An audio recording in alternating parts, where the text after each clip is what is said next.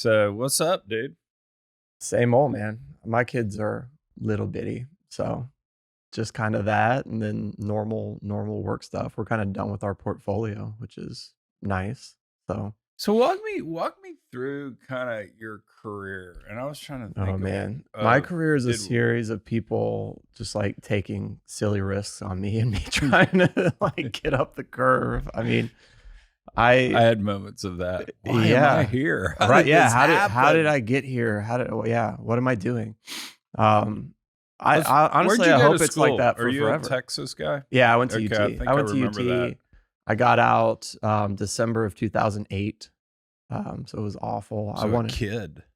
yeah, yeah. Well, that was almost 20 years ago, Chuck. I mean, Yeah. The I was yeah, class of it goes 91 quick. though. So It yeah, it goes, goes a yeah, little it goes fast. quick. No, I'll never forget. It was a couple of my friends went to work for Lehman, and I had just had hernia surgery, still lived in Austin, and it was Ike and the weekend that Lehman was like going under. And so it Yeah. was like 6 22-year-old guys sitting in an apartment, one of which was heavily medicated, and no one knew if they had like a home or a job, or it was very strange. So I got out, Cause that was September, wasn't I it? think it's September or Cause it was October. It was during ACL. It was the weekend of ACL. So that's usually in October. Cause Ike was my birthday, and I had to Okay. cancel my birthday, Okay. and that was 2008. 2008. Yeah. Yeah, cause that was my 40th. Oh, no. Yeah, What'd you do? Mine's yeah. coming I up. was I'm, I I'm was looking for supposed to have a ideas. party that got rescheduled until February of 2009. Okay. And what'd you do? Wound up so buddies of mine from Rice had a band called Toy Subs, Okay. and they went on Star Search. Remember Ed McMahon's show? You're probably Oh, too, yeah, I do. you Yeah, know. I do. Yeah. No, was that what it was called? Star I don't Search. know. I don't know. I remember Ed McMahon, and he had He this had a little like band show. I don't remember that. yeah. So It's before my they time. Yeah. finished second Oh, good for on that. Star Search way back in the day, and so may or may not have consumed too many adult beverages Yeah. one night and called, Yeah. "Hey guys, get back together, come play my birthday party." Oh, and they did? Yeah, they did. Oh, that's So it was incredible. cool. Yeah. Where did you have it? Here? So originally we were having it at the Continental Club, Yeah. and In then Austin? no, actually in Oh, the one Houston, on Main Street the there? one on Yeah. Main Street, but the hurricane did that off, so we wound up doing it at the House of Blues. And Oh, that's perfect. it So we was have cool. similar idea. I want to get God, I'm blanking on his name. I want to get some sort of a musical act out to our farm and just invite like 40 or 50 people and do a whole night out there. So my vision for this is I have a backyard, and the girlfriend really wants a swimming pool in the backyard, and I'm just Yeah. not a swimming pool Yeah. guy We're who going through leaves. this debate. Agree. So my plan actually for my backyard, because it's pretty big, is I want to build a stage, speakers, and have concerts in my backyard. Do, You do know, I it. live in a small town, Yeah. Richmond, Texas, Yeah. small town. Invite the friends over. You know, and maybe even turn it into the artist shows up, kind of gets the walking tour of Richmond with me. We go to Yes. the wine bar, do stuff like that. Maybe I can even talk them into trying to write a song there, and then they play the show Well, and you should and we record it record it. all. Yeah, Yeah, we recorded absolutely. it. Absolutely. Chuck Yates needs a concert. Right. No, my full support. There we go. Perfect. Yeah, yeah. Tell her I'm all for it. Yeah, I keep telling Colin he's got to sell digital wildcatters for a big huge number and make me rich, because I need David Lee Roth playing my backyard before he dies. E- Yeah, Yeah. Roth was always my dude. Yeah. So Yeah. all right, so you're sitting there, don't know if you're going to Lehman. Oh, no, no, Yeah, no. So all my friends were at Lehman. I was an engineer. I went to work for Energy Transfer, and I wanted to go the commercial route, and, basically got the call. One of my good friend's uncles was an executive there, Okay. and he called me up and he was like, "Hey, we're laying all of the commercial people off. You're an engineer. You can go be a field engineer if you want." And I go, "I really don't want to do that." Right. And then I sort of looked around at my options, and That's I what went I and did went and that. did. Yeah, that's what I went and did. Yeah. So I did And that. I mean, it was a good experience. I mean, Well, the world was ending then. the world was it Yeah. was done. Yeah. I Yeah. mean, no one knew what was going to happen. And honestly, I was really lucky. Looking back, I didn't see it like this at the time, but looking back, I was lucky to have a job. I mean, I was Yeah. lucky not to be living at home. I mean, Right. but so went from there. Then I went to sell sort of the equipment that I was engineering at Energy Transfer. So I was selling these big cryo plants. I mean, this was sort of the uptick in all of the shale boom. So Chesapeake was going crazy. Energy Transfer and companies like it were tying people in, and they were selling these $50 million processing plants. Like, I mean, just like crazy. I mean, there was a waiting list. There was like a 2-year waiting Yeah. list. So I went to go sell those, and then I mean, story of my life. Like the person I was selling to, I thought what he was doing was cool. So I basically went to him and was like, "Hey, I'll work for you for free if you'll just show me everything. I'll work for you for, as long as you let me." And that was 12 years ago. I'm still with that partner. So that Oh, that's crazy. yeah, I went to work at Halcon, and then we left there. I had a stop quickly in between, and then we went to go manage these assets for Oak Tree that were sort of going sideways in their infrastructure fund. So how do you like talk Oak Tree into letting you manage stuff? That's fascinating to me. 'Cause, I mean, They they're as big as anyone out there. Yeah. Been in the business forever. Yeah, they can get real people. I didn't want to sound that douchey, Yeah, but yeah, I yeah, kind of yeah, guess why I came you? off that way. Why you? Yeah. Um, I get why they wouldn't let me do it, right, of right, course. yeah. But you, yeah. So my girlfriend was having lunch or dinner with a very prominent female member of the energy business. We'll just kind of leave it at that. Okay. And the lady said, my husband's unemployed and he's raising goats in our backyard. And Laura's like, you don't even know the half of it. Mine claims he's a podcaster and has fuck on every other t-shirt. I was like, oh, wow. Yeah, you win. These You win. two bright women are like, Right, how right. did we fall? Reminiscent. Well, an instant bond. Long story short, my partner worked at Enron with a partner at it was Highstar. Oak Tree ended up buying it, Okay. and so they knew each other, and we had a team in place to manage these midstream assets. So it was I think it was 2015. We went over there to do that, and the plan was to raise another infrastructure fund under that Highstar flag. And long story short, I mean, the transportation arm of that fund took off and they raised a fund. The energy fund didn't get off the ground, and those guys split. Some of them went to other funds within Oak Tree. Some of them are doing their own thing now. Some of them are Bitcoin mining. I mean, they really. Yeah, I met with those guys at one point. There was, and I'm going to get all these details wrong, but I think they wanted to actually just come in and buy the whole cane portfolio. That sounds right. Yeah. They were like, they wanted to buy everything, and I flew out to LA and had dinner with them, kind of talked through it. I think at the end of the day, they wanted to buy something for 2 times EBITDA, and I was like, Yeah. hey Yeah. guys, I'm early Of course. stage acreage. You can say Of my course. acreage sucks, but so it never went anywhere. But Yeah, so they, the name of the game was sort of AUM. So I think Oak Tree, the mothership, was buying out funds like these and continuing to raise money around it. And for whatever reason, the energy side of this didn't take off. So, like I said, some of them that scattered. was kind of right there at the end. It sort of felt like the energy PE story sort of petered out, call it somewhere between 2016 and 2018. Yeah, so this would have been, the breakup sort of happened probably it was 20 late 17, 18, somewhere in there. That was getting tough. That Right. was, I mean, even kind of pre-COVID, that was still kind of, hey guys, we've been giving you money for 10 years and we haven't really gotten any back, and doesn't feel like Right. we're making any money. Right. Yeah. Right. And it was a little bit before ESG, but that was starting It to was like starting to get drumbeat. Yeah. I think like TPH hired Gibson to be kind of energy tech guy, and it real quickly sort of went into kind of ESG type stuff. Yeah. So there were signs it was coming. Yeah. No, that's right. And so, this was 2017. So this was sort of going on internally over there. And then my partner and I, we signed a deal with Apollo to work concurrently with those guys to originate for their SPAC. And this was a full ESG story. I mean, whenever we started working with them, they had just raised a SPAC. It was called Spartan Energy. Do you remember that? I don't. Yeah, and that's all right. They wanted to put midstream and refining assets into it. And so this is probably late 2017. We're about a year into it, and the hurdles start ticking up a little bit, and we're like, oh, this is kind of weird. It seems like the narrative is changing a little bit.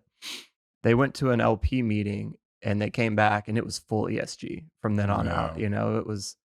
It was sort of a transition time inside that firm, but they switched hard to ESG. That SPAC ended up buying an electric car company, Okay. Fisker. Do you remember? Yeah. Yeah. Yeah. Fisker Automotive. Yeah, that's what they bought it with. So we stopped working with them around 2019. We were still managing some Oak Tree assets. I was trying to figure out what else to do. I did a little bit of work with Jeff Skilling on his securities thing. I basically just consulted with him on structuring Yeah. and What a was little that bit called? of Veld. Veld. Yeah. Because, Veld. Colin and Jake worked on that. Yeah, no, Yeah, they set I up mean, they set up the Colin tech. will even say he came up with the idea and took it to Skilling. Oh, really? I Interesting. mean, I figure with those two egos, I haven't heard that. But those two egos in a room, Yeah, who yeah. knows? But No, it's a lot. Colin worked on that. Yeah, I remember. I mean, they had a very cool office. It was this kind of like rundown building south of downtown. Yeah, right there by the bus station.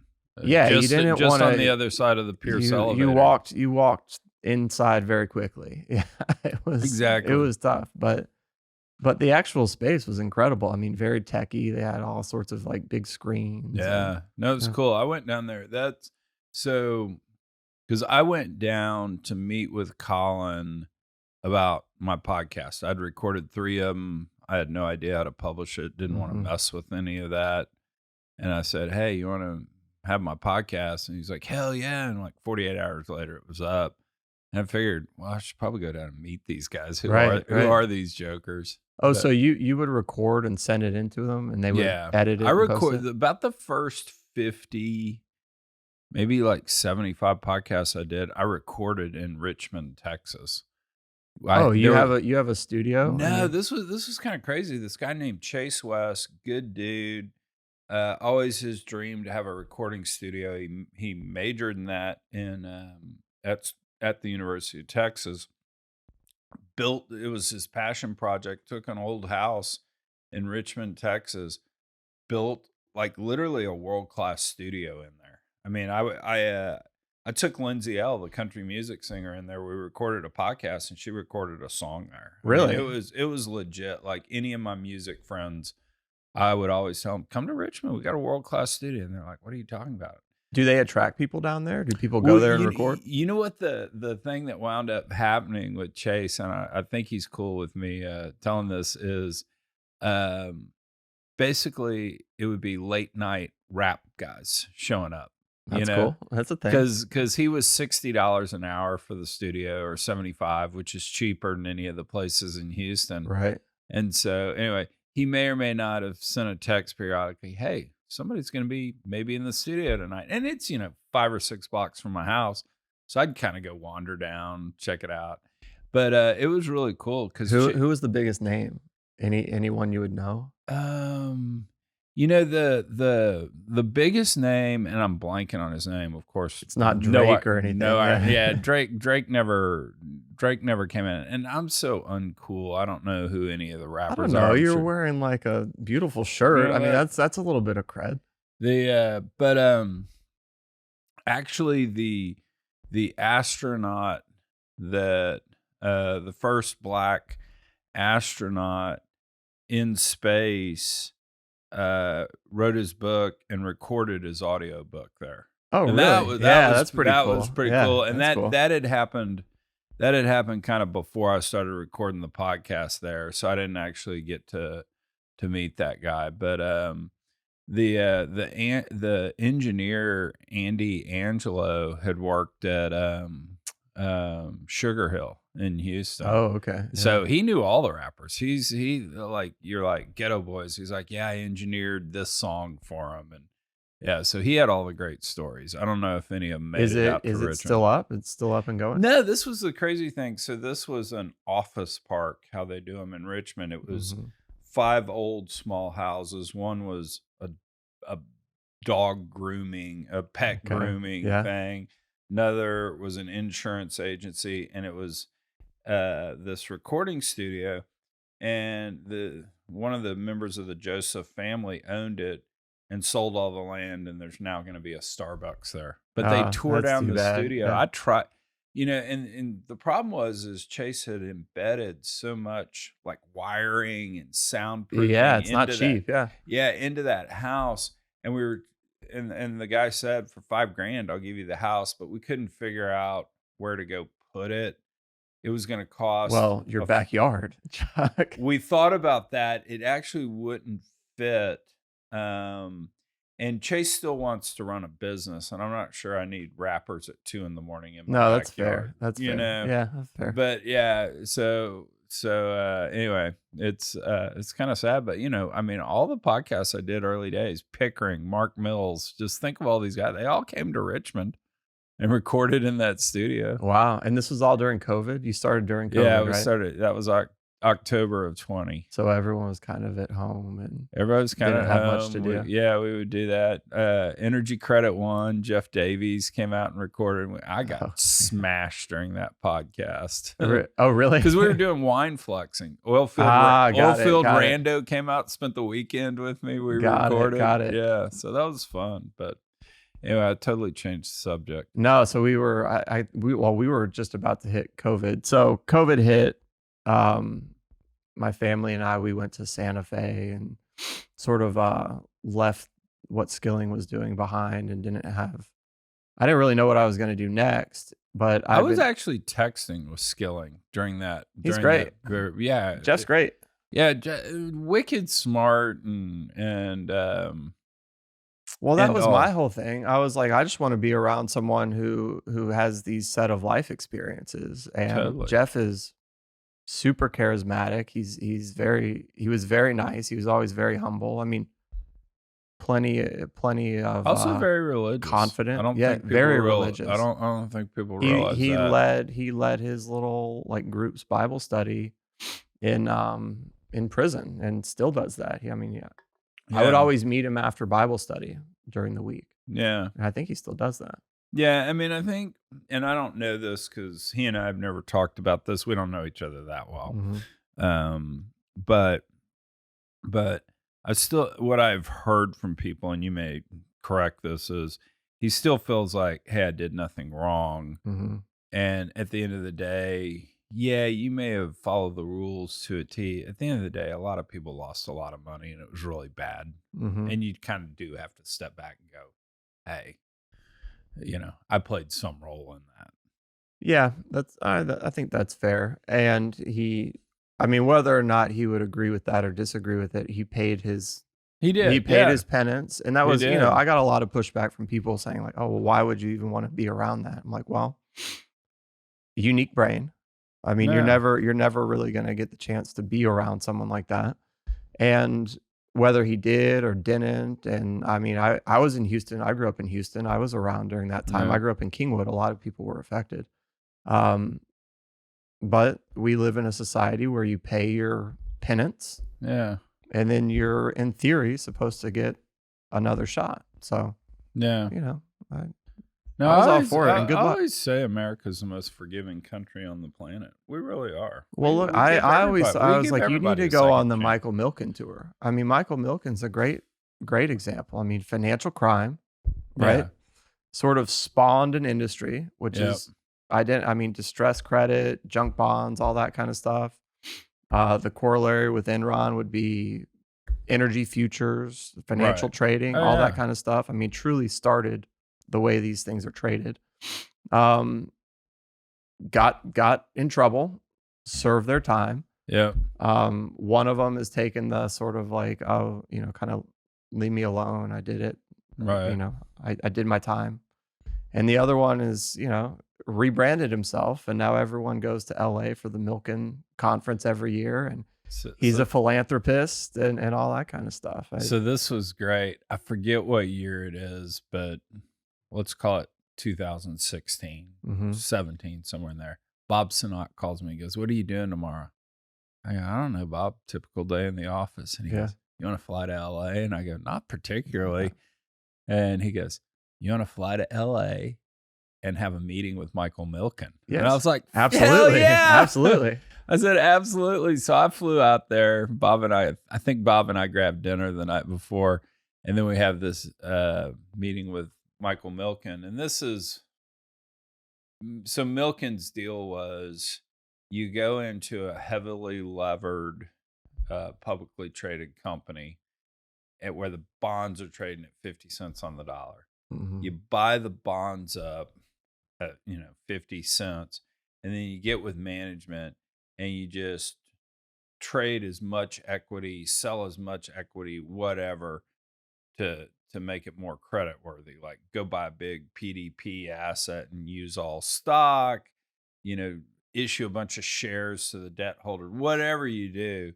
And you make your 2x on the debt, and you lever it 9 to 1 at the fund level. So he laid all this out on how to do it. And Bob Sinott goes, "Michael, the problem with that is in oil and gas, you can't negotiate with the rock." I mean, Yeah, you fair. can negotiate all you want Fair. with management. And it was like, oh, okay. But it was cool. I mean, he is just wicked smart. Yeah, yeah, and it's unique to be around people like that, so when you get Totally. the opportunity, Oh, yeah. fly to LA. Yeah. Bob said I couldn't ask for an autograph, but so I didn't get an Do autograph. you And regret that? I regret that. And the first time in my life, well, there've been 2 times in my life when I haven't gotten an autograph or a selfie that I totally regret.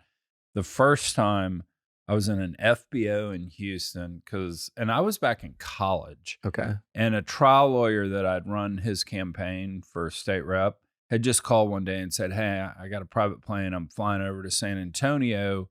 You want to come?" And my girlfriend at the time, who wound up being my wife of 25 years, was in San Antonio visiting her mom. So I said, "Yeah, I'd love to do that. I'll just ride Yeah, back free with ride, Kim. yeah, Free of course. ride. Plus, it's on a first Right, time on a yeah, private plane. yeah. It's great."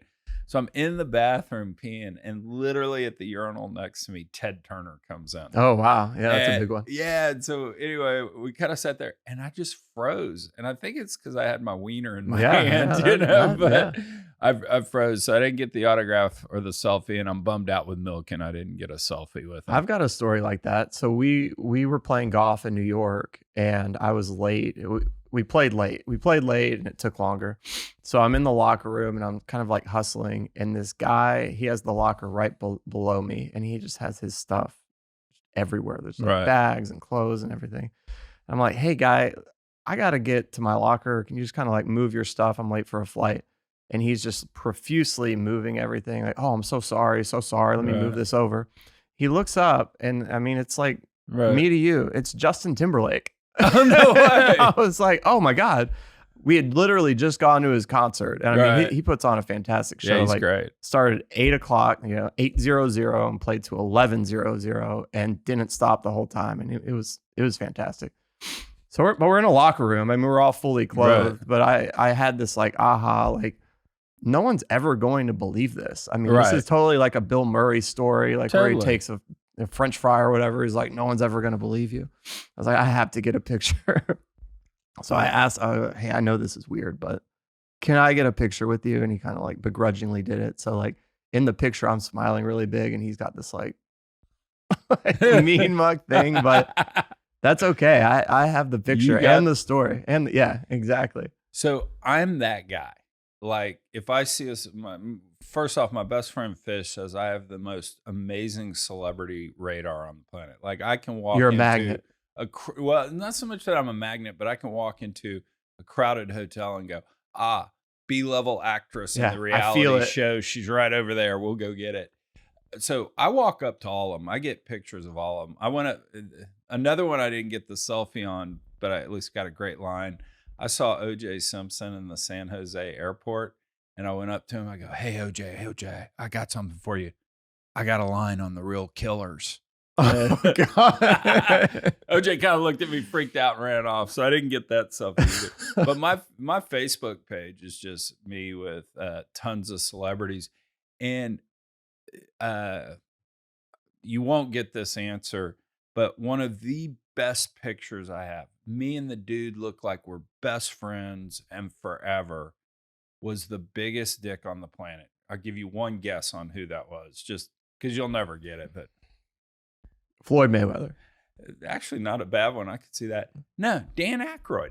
Oh, So I walk yeah. up to Aykroyd and I'm like, man, I'm a huge Blues Brothers fan, all that. And he goes, what the fuck do you want?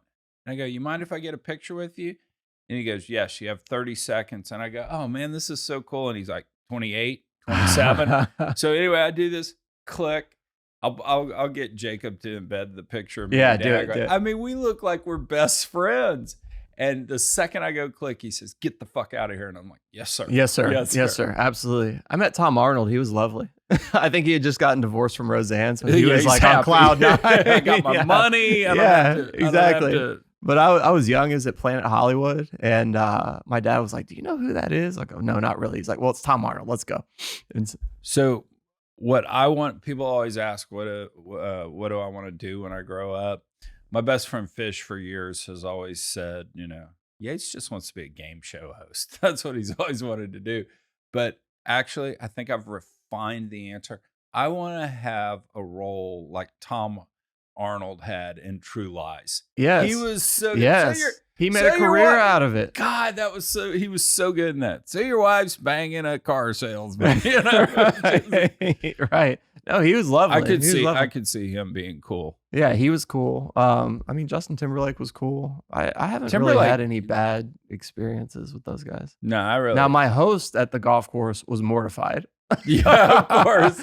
I was like, Jared, you'll never guess who I saw. And this is a club. They're Yeah. they're all over the place. He's like, oh, I don't even want to know. I was like, Justin Timberlake, and I got a picture with him. He's just like, oh my God, I can never invite you back. Okay, so we'll go one or two more on this, and then We'll get back to the task at hand. to energy. But probably one of my favorite, because huge man crush, Bret Michael of Poison. Yeah, I yeah. just love Bret.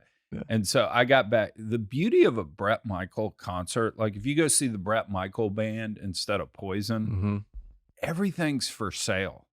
Like, hey, I like that shirt Bret had that he was wearing on stage. All right, how much? I mean, they auction. Bret's all about the dollars. Right. So I go to the tour manager guy. I'm like, man, I just want to go backstage, hang out, and have a beer with Bret. Like, how much? And I go, you tell me. So we negotiated a price. What was that price? It was actually $5,000. But to Bret's credit, That's not bad. It went to Wounded Warriors, Okay. which I thought Yeah. was really cool. Yeah. But dude's like, give me a check to Wounded Warriors. So I go backstage, and I rarely get nervous around people. I mean, it's just kind of. But my you thing. had butterflies. I had butterflies. And anyway, I kind of walk up to Bret, and I'm like, hey, I know this is kind of gay, but can I have a hug? I don't even know where that came. I don't know where that came from, but I just did that. And Bret goes, dude, that's totally gay, but bring it on. Bring it on. Yeah, And come on. He was a great guy. So I've now hung So out. he was kind to you. He was kind. He was just cool. I've hung out with him now backstage probably Has 5 times. Has he charged you $5,000 each time? There have been various prices along Right. the way, but again, every time to Wounded Warriors, which I think is cool of him to do.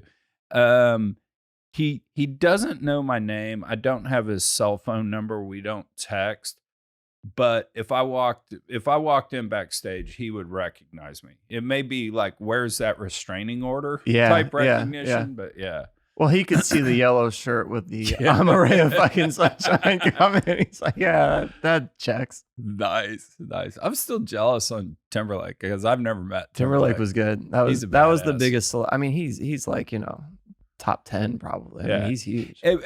At one point, if you said Justin Timberlake's coolest guy on the planet, people may disagree, but nobody could argue. Yeah, with no you. one would say he didn't have a Yeah. spot in the discussion. Yeah, exactly. I mean, now we've all aged. This is probably 7 years ago, but back then he was Oh yeah, he He was was the that man. guy. He was Yeah. playing with OBJ, Yeah, totally. who was also cool. He was just kind of like laughing at the whole thing. Yeah. Oh, so you didn't go I get the didn't get a pic there? picture with him. No, I Oh was super man. mortified after I That got this one, and then yeah, OBJ I was get he it. was like, "All right, come on, we gotta go, we That gotta go." catch he made against the Cowboys, the Oh, one it was he and it yeah. was all right around that. I mean, this was Cowboys like still won the game. this was Take that, peak Giants, but peak yeah. those guys. Yeah, Yeah, he was awesome. All right, yeah, we'll go back to energy. yeah. Where were we? So give me some cool lessons learned, energy stories, whatever, for working out a bond fund or a Well, I was distressed debt about to fund. during your Milken conversation. I mean, that's basically what we did. I mean, we would well, first off, we were managing almost 100 different names at one point. So like, Oh really, shit. we were just a risk warehouse for banks who didn't want the volatility, or Okay. they didn't want the risk of loss, or they didn't want sort of the reputational damage of having to go through a workout or even being in oil and gas. So that was sort of like the array of people who sold to us. And within that portfolio, say, I think our high water mark was 92 names. 75% of those were just trading paper. We either sold them right off to another bank, or we were just refinanced out, over the term. What even this is always so I've only been an equity guy. I've only been a Yeah. private equity guy. So I've only dealt in at least what I perceive as 100% transparent information, right? Right. Hey, I want to see that log. I want to see this before we invest, right? Mm-hmm. What information do you have when you're buying a piece of paper like What that? you give the bank? So Okay. a reserve report and financials, basically. And do you have engineers that are going Yeah, and yeah, looking over looking through the reserve report and stuff? yeah. Okay. A lot of times we were buying at such a discount that it, not to say that it didn't matter, but it wasn't, it wasn't marginal, right? I mean, we were going to do the deal. Um, and then there were some times that sort of like a redetermination got a little cuspy, and so we would have our engineer talk to other banks' engineers. But yeah, we had an engineer, Okay. but we were kind of lending how, I mean, I hate to say should, but we were thinking about it how the bank should have been thinking about it, which is we're only lending on known PDP Right. and giving you an advance rate to that. So, we weren't arguing about PUDs or Yeah. locations or anything like that. And okay, so I have a theory. Beat up the theory, but I think this is potentially why you guys did well. Back in the day when I started my career, you in effect loaned, call it 60% of PDP, Hmm. 50% of PDP, something like that, and a little bit of credit for the PUDs. But back before the shale revolution, the PUDs were, generally speaking, kind of defined, isolated things. Okay, we're on this structure. I can drill one or two more wells Hmm. on this structure, right? And where I'm going with that is, and the decline rate of the reserves was, or of the production was, called 10 or 15%. Hmm. So you had a PDP profile that's declining 10 to 15%. You're loaning 50% of that.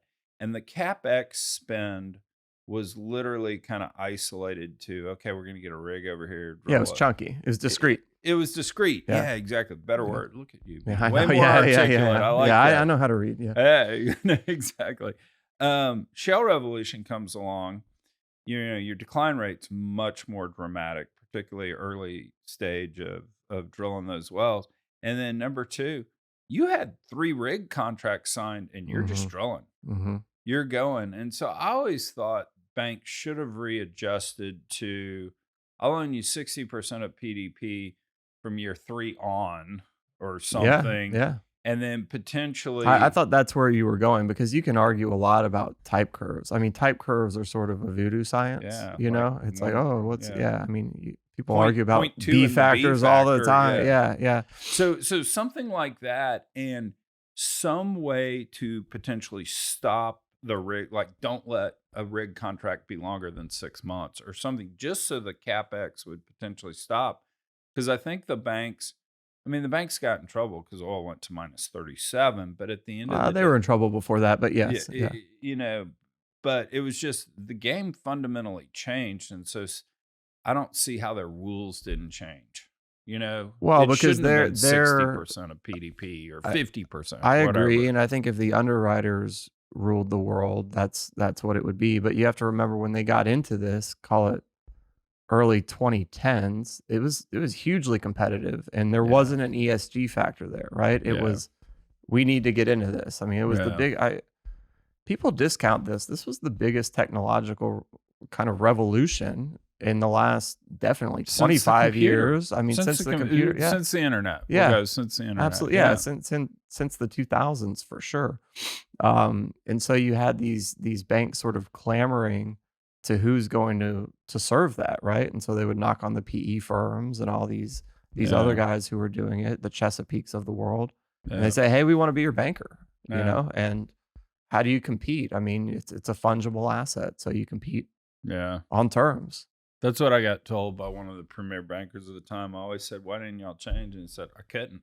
Yeah, I'd have had a book of zero." right. You know. No, that's So right. And the balance sheet is sort of a loss leader for a lot of these guys. They want the IPO, they want the M&A, they want all of your capital markets, your treasury yeah. work. So happy to lend the balance sheet to let you do sort of what you need to do, and then we'll get all this ancillary work. Yeah. I mean, the contentious parts of our portfolio was exactly that. We didn't have any ancillary work. We didn't look at this credit as a portfolio of fees that we could get. It was like, here's the piece of paper. This piece of paper is worth this. And this is what the agreement says. So I'm not going to extend you covenant relief. I'm not going to let you do XYZ. Gotcha. Yeah. No, that was interesting times. But things have changed now. It's not like a bunch of new people have come in to take our portfolio. We didn't get anyone knocking at the door to say, "Hey, we'll take the whole thing because we Yeah. really want to get into the space." That money is just gone. Yeah. So how'd you eventually sell stuff off? Kind of just A lot of the facilities got right sized. okay. So the facilities shrunk. Things got securitized. There's been a bunch of M&A. So our piece, like Verdun was a great example, all the smash codes. We were in several of the companies that ultimately got combined, and then they would go forward with a new facility. Oh, gotcha. Yeah. And then when you had, I mean, kind of post initial rush of COVID and you had prices race and you had no CapEx spend, you had cash I know it. to We had, refi out. oh yeah, everyone's like, "Oh, why don't you just keep doing that?" It's like, well, Yeah. the window opened and that window just slammed shut. I mean, What? we bought this in May of 2020. Oh yeah. So, oil was like 20, $30 on strip. We're buying Right. things at PDP. And then sort of by the middle of 2021, prices had recovered to sort of like $50, $60 range. And the Fed came out and said, there's no distressed credit. We've got it. So, So I got fired late April of 2020. okay. So right before you bought. Mm-hmm. What Heinz and I did, COVID kind of hit, prices collapsed. We went through and just rationalized the portfolio in terms of okay, who who should we have shut down anyway? And we Mm-hmm. kind of did that. We started looking at ways to combine things to save G&A. And Mike and I we didn't really talk to the group about it, and we hadn't talked to LA about it, but we had a couple of bottles of wine and talked through, okay, what's going to happen. And Mike's like, this is going to be the greatest buying opportunity of all Yeah, time. absolutely. And I said, yeah, but nobody's going to sell us anything because the equity holders will just take it to bankruptcy before they give it to you if they're not getting anything. How are we going to do that? And we spent a lot of time. And the thought we had was, let's just go out and buy a bank portfolio. Mm-hmm. Let's go buy debt. Maybe even we even had the discussion one night of maybe we adjust our fees and we just go buy publicly traded companies. Well, We're that not, was the play. I mean, looking yeah, back, if I could have done something different, it was be more aggressive on the equity side. I mean, Antero traded to 40 cents. yeah, I mean, yeah. that's just insane. We And there were several things like that. I mean, we had the discussion of, what is the right management fee, but maybe we just adjust management fee or we suspend them for a year. because we, Mhm. and the way the deal worked with Kane is it's kind of like me and Mike owned half, and Kane kind of owns their half, and then all the employees and everything kind of dilutes you both. Mhm. So it's kind of this awkward marriage type thing.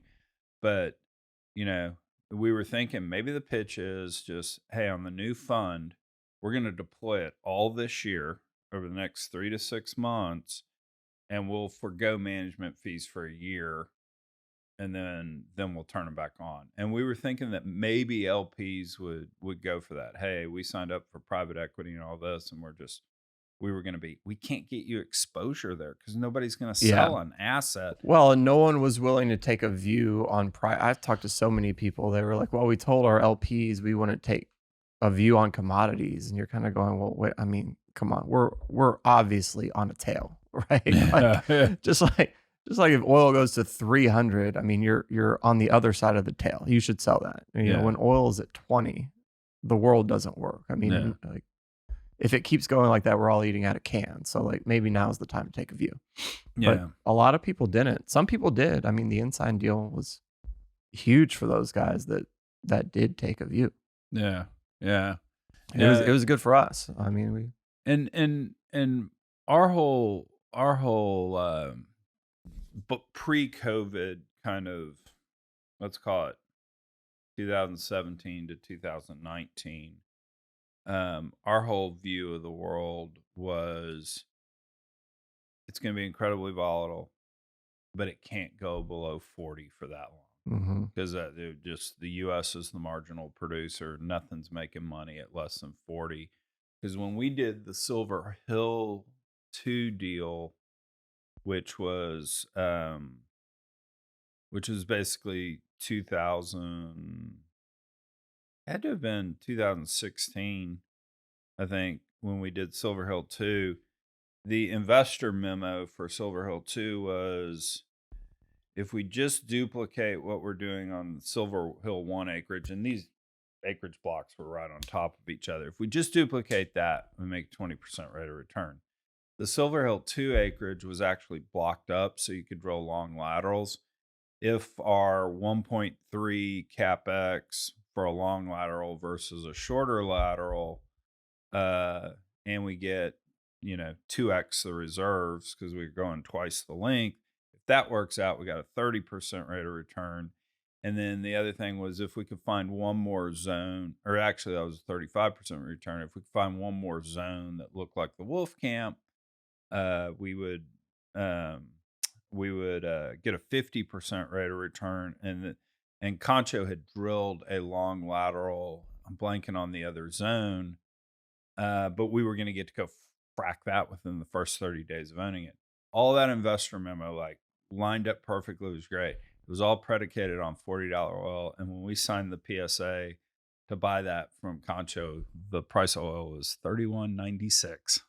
Well, And so, but that's great. That's an opportunity. You can't get in yeah, otherwise. I mean, yeah. right now everything is. We wanted that asset more than Concho did. Yeah.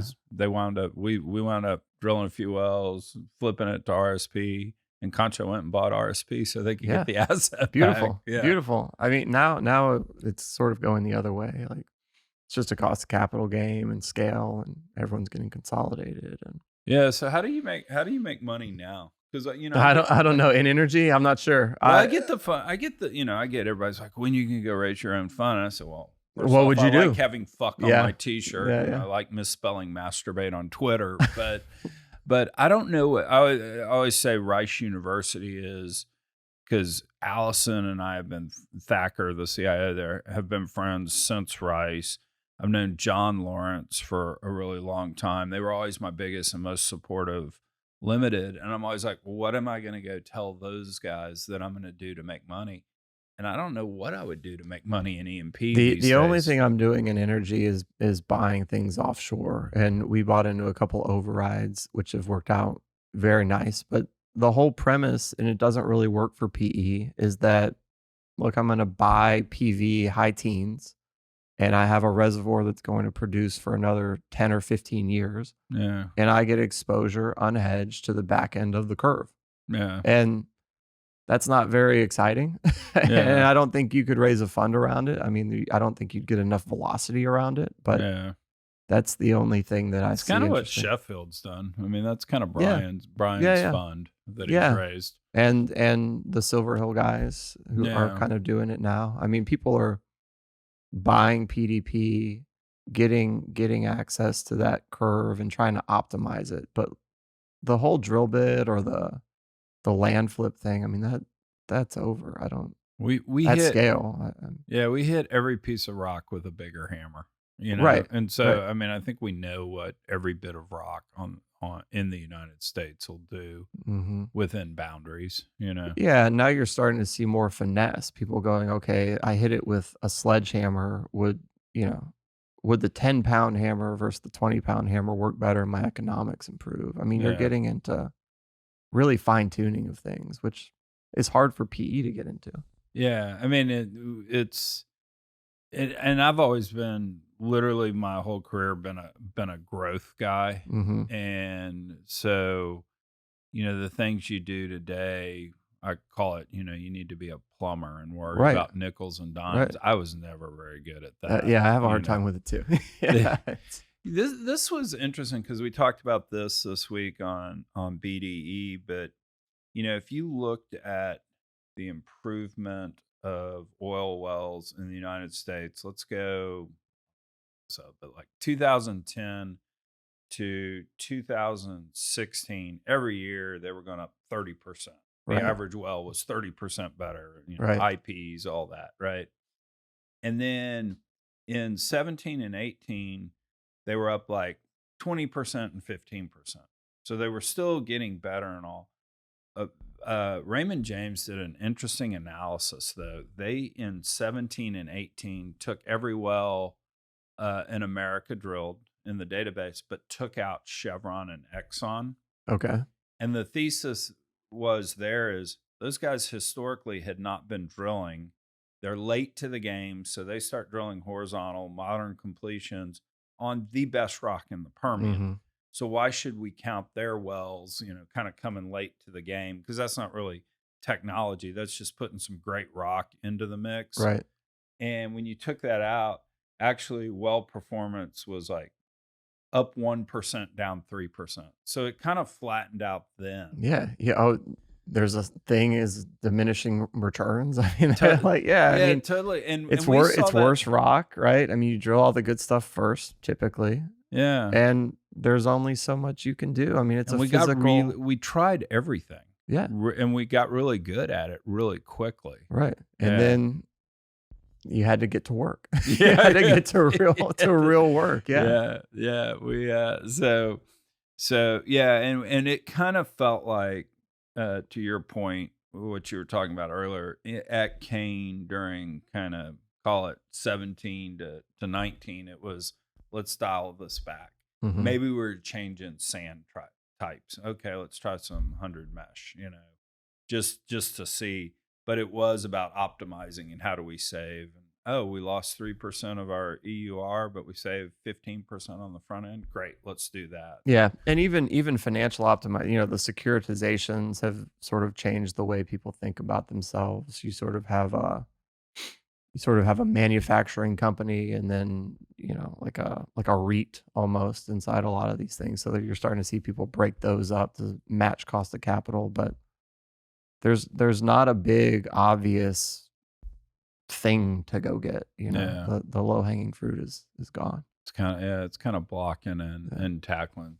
And now I'm like sitting here going, people are gonna listen to this podcast and call us buzzkills. So, that's fine. Yeah, that's okay. So the grumpy, I've been called worse. The grumpy old man. But let's close on this. We'll redo this podcast in 5 years. Okay. What will we talk about on the podcast 5 years from now that no one's talking about today? Oh, that's I'm giving that's you a the good question. crystal ball question. If you want a moment to think, I'll go with one of them. Yeah, you start. You Okay, start. So I'll start. You start, and I'll ignore what you say while I think about what I'm going to say. Yeah, exactly. Because I hit that with you. And it's kind of unfair to say we're not talking about it today because there was just an article on it. But I really do think that micro nuclear is what's going to run data centers and oil field operations, that literally we're going to detach from the grid for those that need baseline power, reliable power, cheap power, not intermittent stuff. That we are going to see the disaggregation of the grid. We're not going to bulk up ERCOT to handle all this power we're going to need over the next 25 years. Well, And yeah, and that's the answer, right? yeah, I mean, if you really wanted to fix all of the energy problems specifically, you would look towards nuclear. And we always say that, God, if we invented this today, we'd be going, we solved it. yeah, we saw. Yeah. Yeah, well, it's first off, it's hard and it's scary for people. It's a lot like the offshore stuff. No one really wants to do it because the images ingrained in your head are just so awful, and they make Yeah. movies about it, and it's Yeah. no one wants to take the time to get comfortable with it. But yeah, I agree. I mean, I was going much more macro, but Well, here's and let me kind of finish this one point, and then it's your turn. And I think the reason it's going to happen is because nuclear is not widespread. Because you're right, people have scared people, which has led to a regulatory just morass of shit mhm. that you can't get nuclear done without all this pain. Tech is realizing they need the power. Tech is studying this. And why us energy companies aren't providing the solution to tech and we're letting tech do it themselves, it's kind of a soapbox I get on. But tech's figuring out that nuclear is it. Tech is going to go use its regulatory gravitas pull with the government to get nuclear approved. That's kind of my forecast. I mean, when Oracle and Google and Facebook walk in to a Democratic controlled Congress saying, we want these rules in place. And oh, by the way, we'll keep running your algorithm that gets rid of Right, misinformation. right. That's going to be the Oh, trade. that's a whole other podcast we can go down. Yeah. All right. I don't know. I guess I'll take the Luddite view on that. I don't think much will change. And if you sort of look how COVID has played out with the various sort of like political goings ons with the wars and everything, we've actually regressed in our energy use. I mean, we're using coal hasn't peaked, right? I mean, everyone Right. talks about peak oil. Coal hasn't peaked. Um, I think it's going to look a lot like it is until we go through something that forces us to really look at these new technologies, which are really old. I mean, nuclear's Right. 70, 80 years old at this point. Yeah. Um, Been powering our submarines in the Navy forever. right, Yeah. right. But I think there's going to be two competing forces. One is the Andreessen view that like technology fixes all. Right. And then there's sort of this pragmatic view that I think is playing out right now, is that that's too big of a leap and we're trying to get too far out in front of ourselves that we're actually going backwards. And maybe that's a temporary, who knows the Right. timelines on these things, but you're seeing it play out that we're going backwards in terms of what we're using. And I think that I think poverty is a bigger issue than environmental. I think that people in Africa and India don't really care about the West ESG movements. Like they want to get off of burning wood, Yeah. burning wood and trash. And dung. And dung. I Yeah, mean, no, it's that's disgusting. It's really just it's yeah. disgusting. You would never want to live like that. And so the lowest hanging fruit for them to transfer over is propane. It's easy, it's cheap, it's portable. You can send it all over the place. Right. So I think that is going to be the problem that's solved first, and it's not really talked about. Like Yeah. poverty is a bigger issue than the 'Cause environment, and so we're gonna kind of solve that, and that kind of gives us time to think strategically about. I think it's nuclear, or there will be some new I mean, if we can solve the fusion issue, that would be a game changer, but Yeah. it, it's hard. Yeah. No, I mean, Arjun Murtry always likes to make the point that a billion of us in the West average, what is it, 13 barrels a year Yeah, that's right, of oil and consumption, right. then the remaining 7 billion of people on the planet use one or It's less, less than one. or three or less, I Yeah, think is what it is. And so the answer to the poor growing population cannot be let them eat cake. right. Yeah, I But mean, that's kind of the yeah, direction we're going. I'm on a board with Chris Wright, and he's sort of taken it upon himself to evangelize all of this. So yeah. I've got his little book, but I mean, I kind of thought this intuitively, but seeing the data he put together, I'll give you the book. Oh, cool. Um, I like Chris. yeah, Chris is he's good got a lot on of this. energy, and he thinks he's good. Um, yeah, I think from a humanitarian view, that's a much weightier and bigger issue to solve than fine tuning our carbon emissions in the richest 3 countries in the world. Yeah. No, I think that's absolutely right. And I think the only way you can actually afford to get rid of your carbon emission is to become rich. That And the only way you can become rich is through energy. that's yeah. Yeah. No, that's right. No, yeah, that's exactly right. I mean, Yeah. the healthiest and highest standard of living countries in the world are the biggest consumers of hydrocarbons. And there's no political view on that. That's just Data. a statement of fact. Yeah, You know? it's actually the tightest correlation in the world. Right, right. And there's even an argument that you could make that you really want you want all of those populations to go on to some form of hydrocarbon because right now they're deforesting areas in order to fuel their lives. You Right. know, you can see there's aerial views of countries, and I'm gonna not remember the country, but basically one is on a hydrocarbon based system and one still burns wood and one is what you would imagine. I mean, it's Mad Max kind of pastures, and one is densely forested area.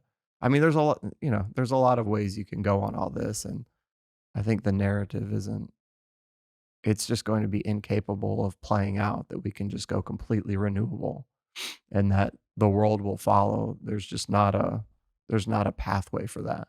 Well, I mean, this is Mark Mills's stat, and I may be misquoting it, but the spirit of it's right. Today, 3 times the amount of energy used is burning wood versus renewables on the planet. So this whole thing of we Right. have energy transitions is BS. We have additions. Right, We yeah, have- that's right. That's yeah, right. we- And the transition you really want is away from wood and trash and dung totally. to propane. Yeah, totally. And the biggest issue on that is that propane is a sizable capex investment to the end user. If you're on $1 a day for your energy consumption, you can go buy wood or charcoal or whatever for that dollar, and you take it back to your hut or whatever, and you burn it and you consume it, and that gets your water and your food cooked. To buy propane, say it's also $1 a day, but you have to buy a 30-day supply of it, right? And people Right. don't have Yeah. that $30. So that's the real friction to getting people converted over to that right now. I've said for the last 3 years on the podcast that if we truly wanted to make things incrementally better, and Mhm. I'm still not convinced. I'm still not convinced that CO2 levels rise and then temperature goes up versus if you look at the data over the last 150 years, Yeah. temperature went up first Right. and then CO2 rises. And yes, Well, and there's a man-made- self-correcting mechanism that the earth can sort of like protect itself from these swings via So- forests and the oceans and things and like it's that. been doing it And way it's been doing it before we're way here. before us, I right? noticed that when I get a Diet Coke and I let it sit here and it warms up, it becomes less fizzy. You know? But so, who knows? But we ignore that at our own peril. But Yeah, no, I mean, I forget where I was even going with that, but Yeah, no, well, I think we're so in we'll an echo talk. chamber here, but yeah, we'll talk in 5 We'll years and talk in 5 years see on how this. it's going. Travis, cool of you to come on, dude. Yeah, This thanks for was having me. fun. Thanks for having me. Absolutely. Maybe we'll do it before 5 years. How do if people want to reach out, how do people find you? I'm on LinkedIn. I guess LinkedIn. That's probably the easiest Spell way to your do last it. name. Yeah, it's Boeker. Got it. Yeah. Or they can call you. You can vet. Yeah. you can be my gatekeeper. Travis's office. Yeah, exactly. I need that. I lost most of my contacts in my cell phone a year ago because when they suck it up to the cloud, you Yeah. have to have contacts turned on. Yeah. So anyway, I didn't do that. It's made my life so much easier. I just get these texts and I don't respond anymore because I don't know who it is. So it's refreshing. So it's good. great. Yeah, it's Yeah. like cleaning out your closet. Yeah, exactly. That's good. Exactly. Well, good to see you, man. Likewise, dude. Yeah, glad things are good.